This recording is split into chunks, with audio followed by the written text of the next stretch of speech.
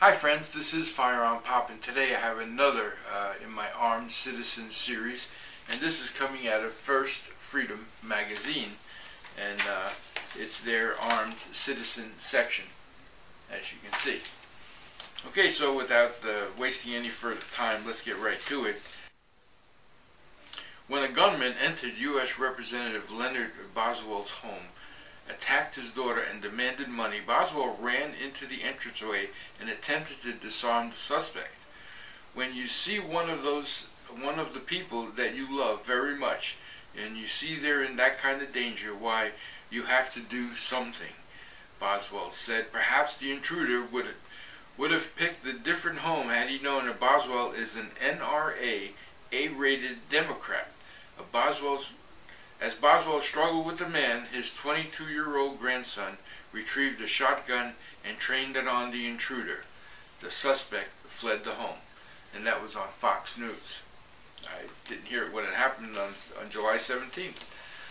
Okay.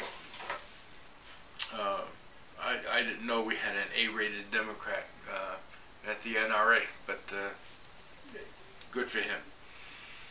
Police raced to the scene of a burglary in progress following a homeowner's frantic 911 call. Officers were not able to arrive fast enough to prevent the crime, but fortunately, the homeowner had a backup plan: armed self-defense. Amen.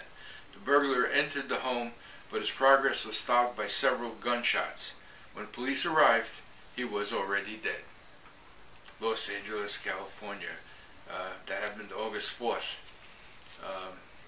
And that's the entire article. That's all it says. When the police arrived, he was already dead. No other details. A 68-year-old grandmother was lying in bed when she was startled by the sound of someone breaking in. So she got up and grabbed her .410 shotgun, a gun she's kept for self-defense for many years, a gun she was never sure she could ever actually use on a human being and didn't want to find out. However, when her French doors flew open and her burglar alarm went off, that was all it took: mortal fear. And as she fired upon the three men, her first volley of birdshot struck one suspect in the face, and the second suspect struck in the chest. All three men fled and are in police custody. At least one had been armed, as police found his handgun magazine in the yard. The woman's received many calls and emails cheering her actions. One of them said, "Go, Granny, go," she recalled.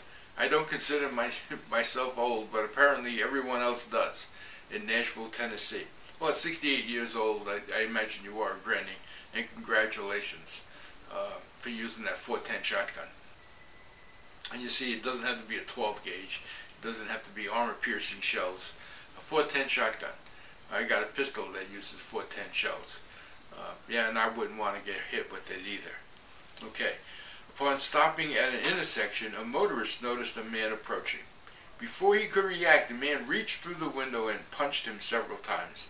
Stunned by the blows, the motorist reached for his handgun, which he has a permit to carry. As his attacker reached behind his back, as if it were a weapon, the motorist drew his gun and fired a shot, striking the assailant in the upper torso. The suspect will be charged following his release from the hospital, and that was in Jacksonville, Florida. When Ronald Bracey woke to his wife's screams, he leapt from bed, got his handgun, and stepped out of the bedroom where, to his immense terror, two men were holding guns to his wife's head. The men wore hats that read "police," but Bracey knew immediately that these were no officers of the law. He opened fire, expending 8 rounds in succession and striking one of his wife's attackers. The two men fled and were joined by a pair of accomplices. The evening police canine units found 3 of the 4 suspects, and that was in Macro Island, Florida. That's a scary thought, scary situation. A petite Davis Inn clerk prepared the hotel's breakfast, unaware that a career criminal more than double her size lay in wait to ambush her. The suspect sprang on the woman and put a knife to her throat, intent police believe on robbery and sexual assault. The suspect put his knife down and prepared to tie up the woman, but his plan was never completed. The clerk drew a handgun and shot her assailant once in the chest, killing him. She did the correct thing. She protected herself, said Richland County, South Carolina Sheriff Leon Lott. The lesson for robbers is, you never know when you're going to encounter someone who is armed and will protect themselves. The bottom line, he is the one who caused him to get killed.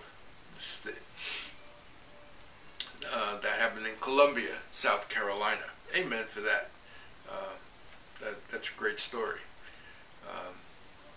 And I like the county sheriff's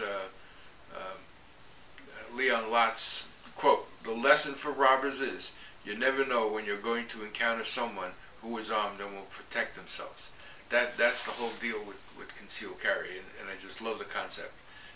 Here's a story of an intruder who had a really bad day, even by criminal standards. He was in the midst of a burglary, rifling through drawers and cabinets in the kitchen, when he was discovered by the homeowner.